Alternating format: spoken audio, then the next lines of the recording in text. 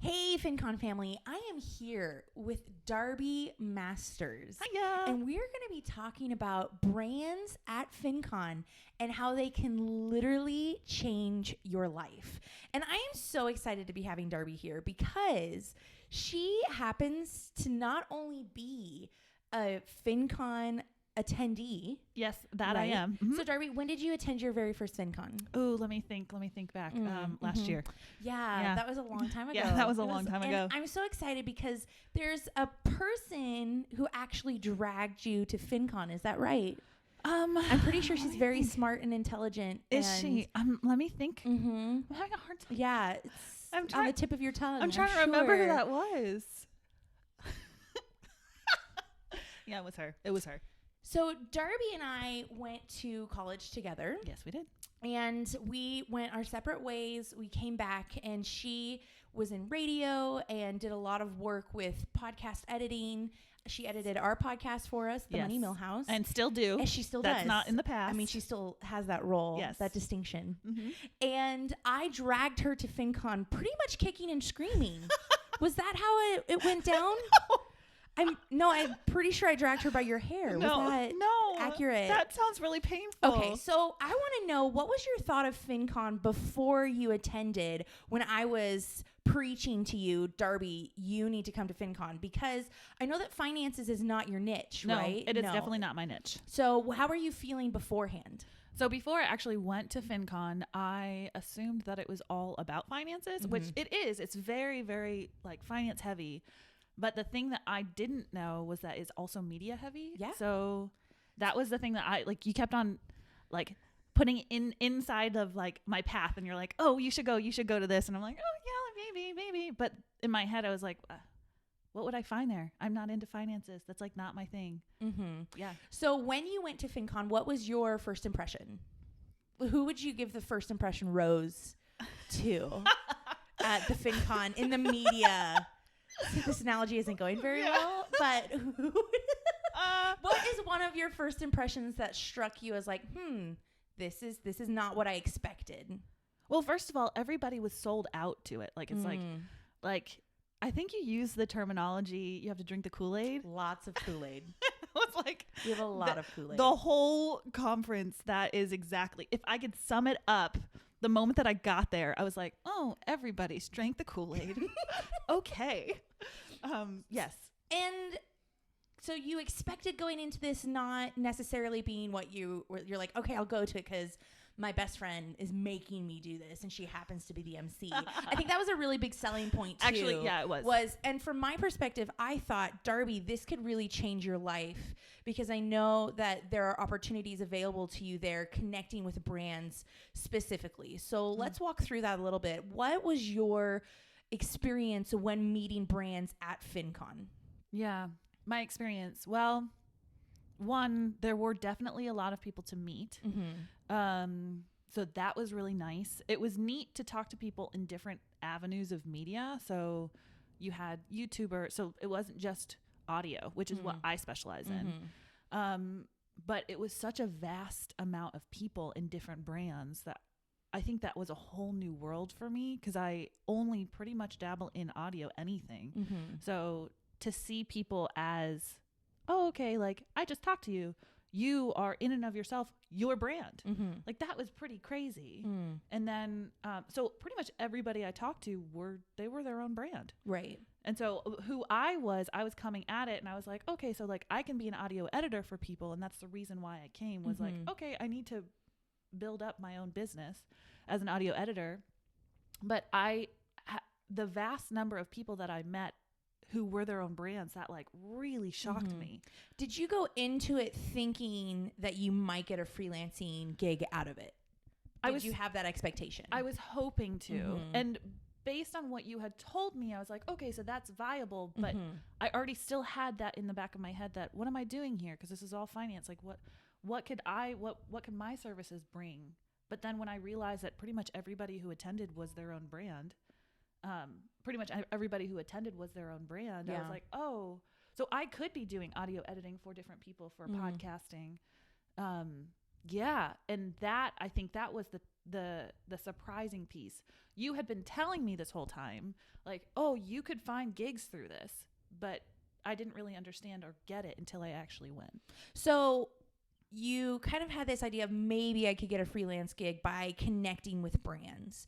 How did that influence the way you communicated to and interacted with the brands at FinCon Central specifically? Oh, interesting. Is that a good question? That's a great question. Thank you. It's come a long way. You know? That's a really good question. I would say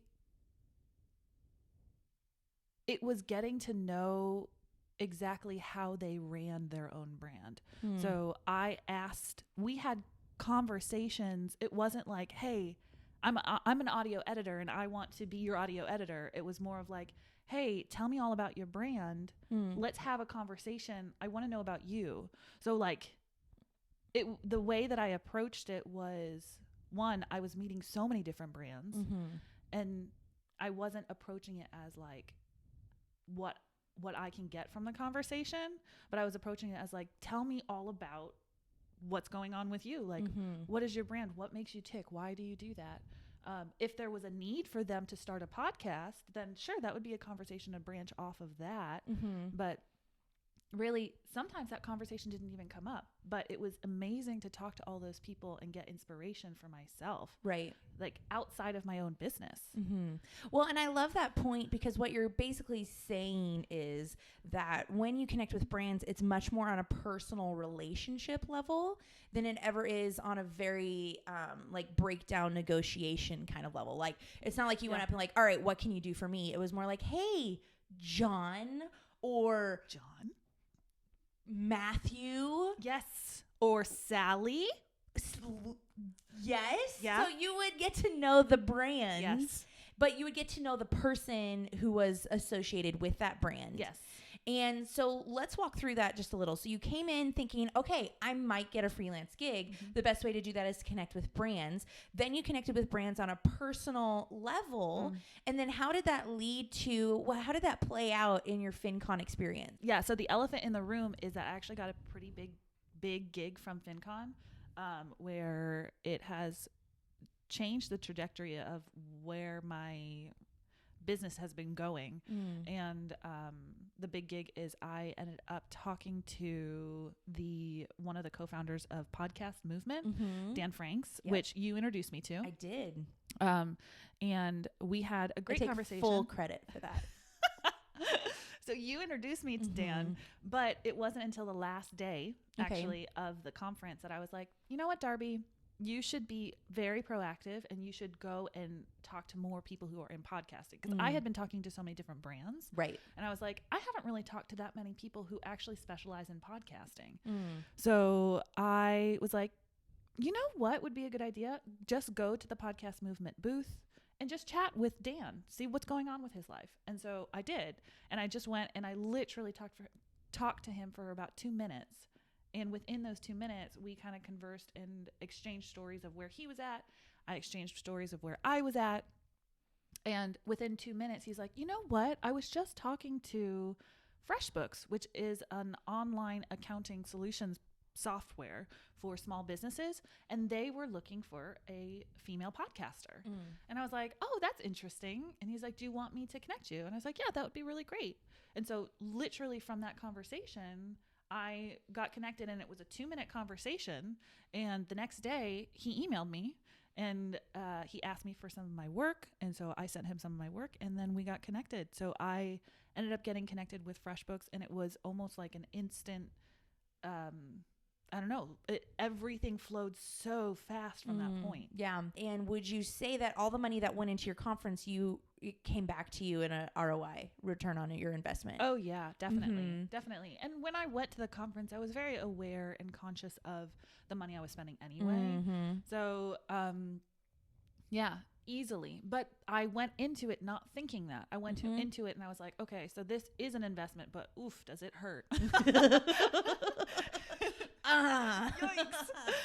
Yeah, but not only were you paying for the conference, not only were you paying for your airfare, all those things, but time off of work at the same time. That was the hardest part, is time off of work, because that I was pretty much off of work for like 4 or 5 days. Yeah. And that's a hit. That's a hit for me. So when you fast forward to Yeah. connecting with FreshBooks and helping them put out content, Yes. valuable content, how many jobs did you quit? Ooh. Oh, interesting. How many jobs were you working before you transitioned into FreshBooks? So I was working one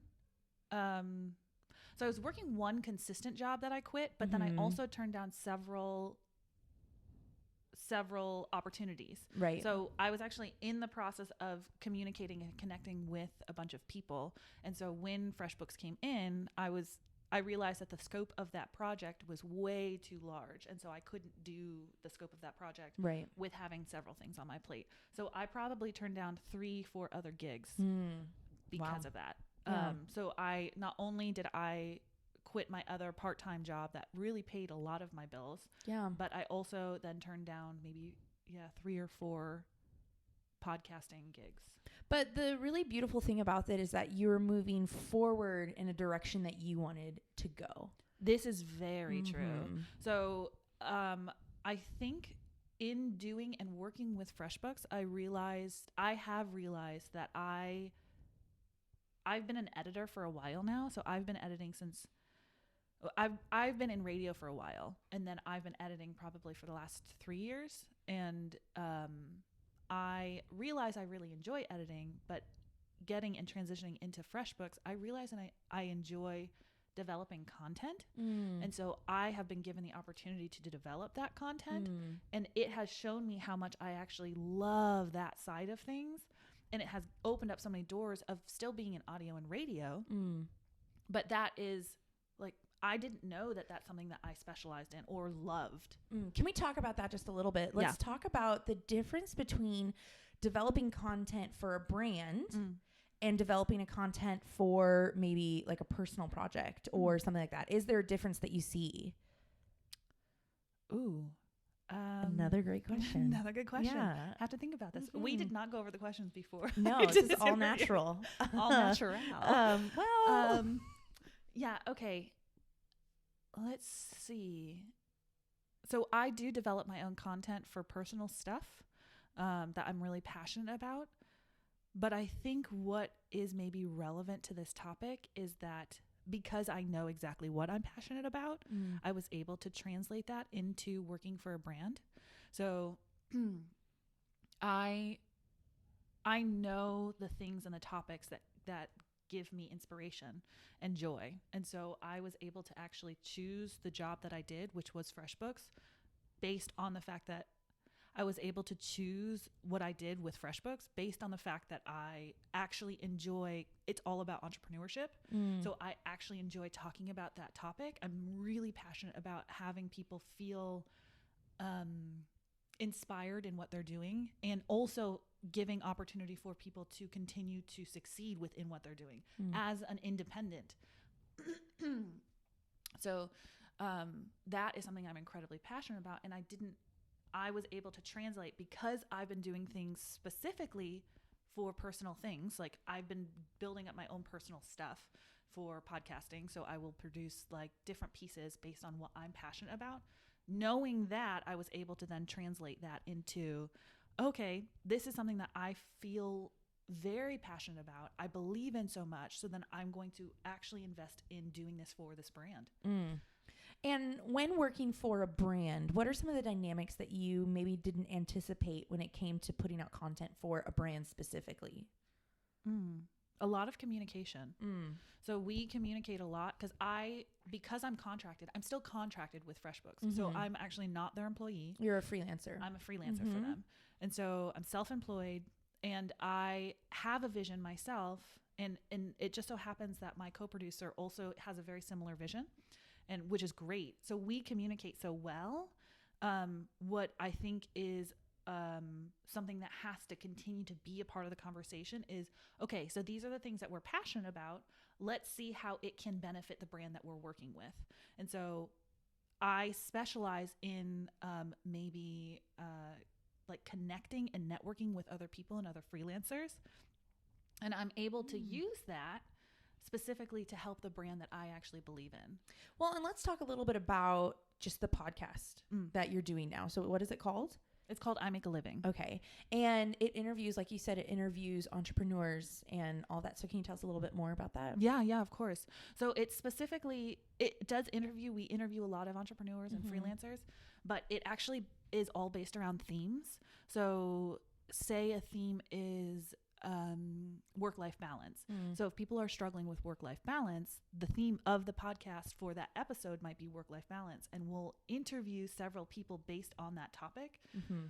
So, and then also it could be additional content on that topic as well. So it doesn't have to be necessarily an interview, but yeah, so it doesn't have to necessarily be an interview, but a lot of times it is interviews. But for that specific topic, we had found a woman who has 8 children, works from home.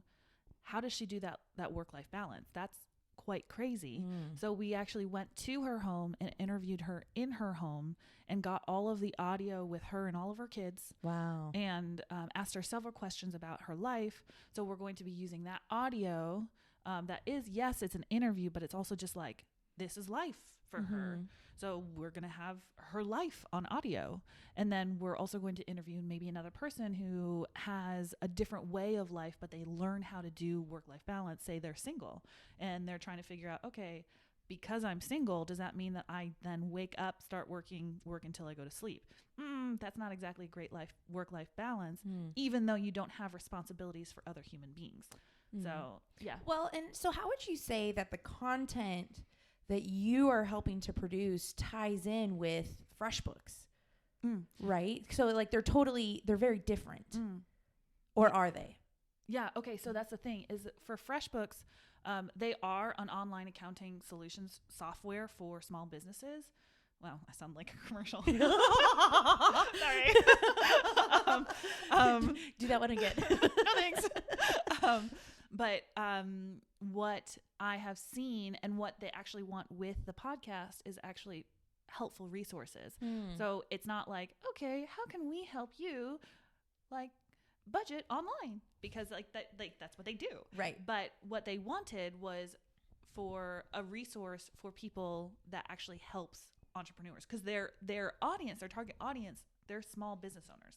Like they're entrepreneurs, they're self-employed. So what they wanted with the podcast was not like, okay, this is like a huge marketing piece. No, it was actually like, yeah, it's helpful in marketing for sure. That's the whole point of all of this. It's not the primary goal. It's not the primary goal. The primary goal is to provide helpful, inspirational content for people who are in the grind of like, that difficult life of trying to get it off the ground, like their business. Yeah.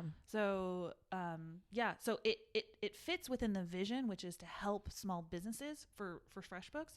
But, so that is how it connects, but it doesn't necessarily directly, it's not like, here's step by step of how you can. And this is how you sign up. Go to this website. Step number 1, number 2. Like it's not quite that, but exactly. It's just interesting how a brand is putting out content and it's a useful tool for marketing, but it's not their main goal.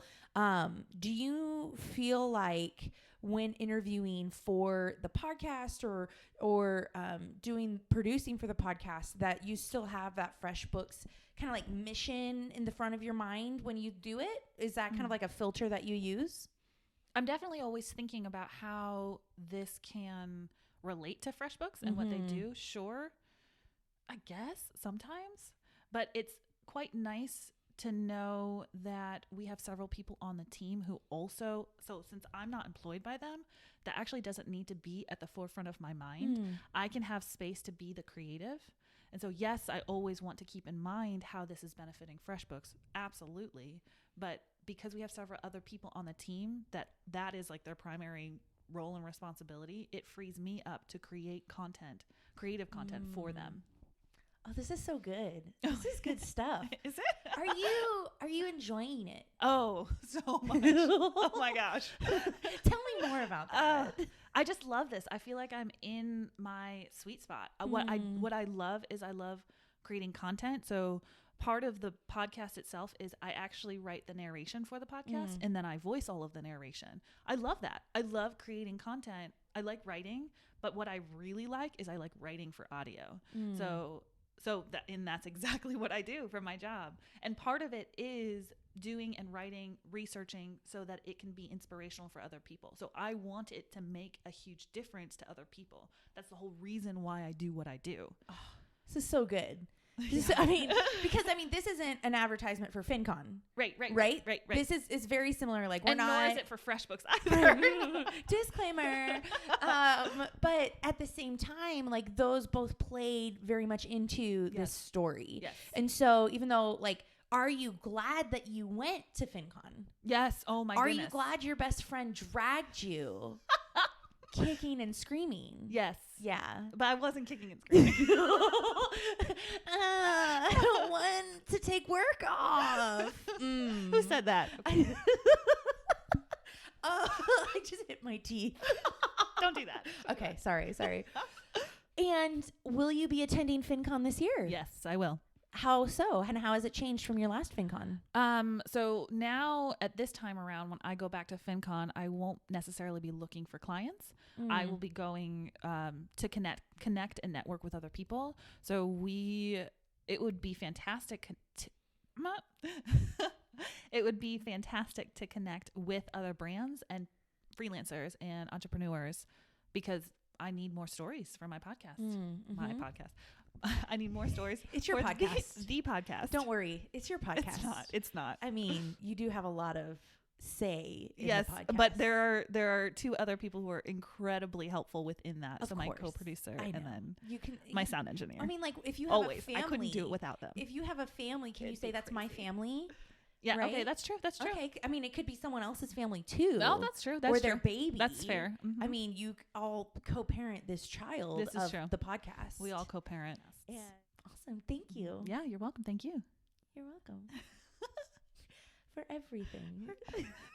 For giving you all the things that you have. For dragging you to FinCon and changing your life. Thank you.